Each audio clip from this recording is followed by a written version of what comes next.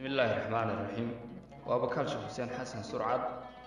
waxaan doonayaa halkan inaan idin kula wadaago maanta aan u magac daray goboyaan ma dhibaanku waxay ka hadlayso maasada waxaad ka dhaxdheehan doontaan gudaheeda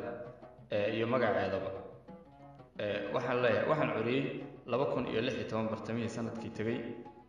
kan maskiin ka gumaadin mahuraanka iyo xaaska madaafiic ku asqaynin qaranku matalayay dhagar aan u maleegin maatadiisana laynoon maqaarsaarka ahayn ma midgaan la yasaan macnuhu gabaygaygu ku dulmeerahaya waa su'aal maskaxdaydu ku mashquushay xalkeeda makrigay isticmaalku ku meegaartay dhulkeena maatadiina ku laayay mar inaan ka xorowno calan aan mudanaa maskaxdii ka shaqaysay ma dhibaanka ayaa u badnaa magacaynta maandeeq soo dhicinteeda dadkii soo mulkiyay ka maroogsaday gaalka ayaa maanta dalkayga ka mamnuucan hoggaanka وسؤال مسكحة يدكم مشغول شيء حال كذا مرتسور كردن كيسة هدي ومد سعدالة ما كان توضا النقطة إنه معلومة كل راجي كم مقصودي حق ولا مرق ما له هيا بل سوى متقال لي تو سؤال مسكحة يدكم مشغول شيء حال كذا قبر موقيات شو قم مناد هذا لا يعمل لكن كينا كم موضوع حشوت كذو من جورين جيان مع هل الراعي مهركوق وان ما يقل وامدباني وسؤال مسكحة يدكم مشغول شيء حال كذا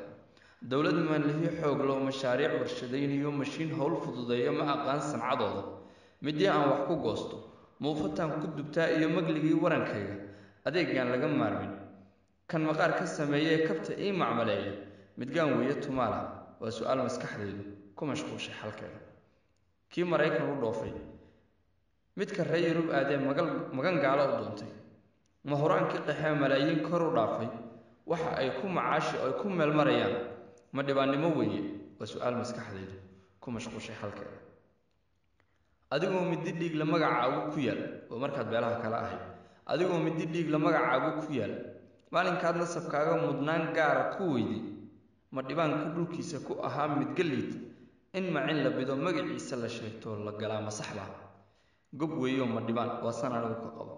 gob weeyo ma dhibaan magaca u daliila dad weeyaan muslimoon maagitaanka aqoon ma falaan musuq maasuq makri waa ka saliim xalaal mirata weeye ku kalsoon muruqooda midabkii afrikaan ugu muunad wacnaa marin weeye dhalaalo cirka may ka imaan ma dhibaan dhalad weeye kuma taan nasabkayga ka mid weeye dadkayga waxaan had gaar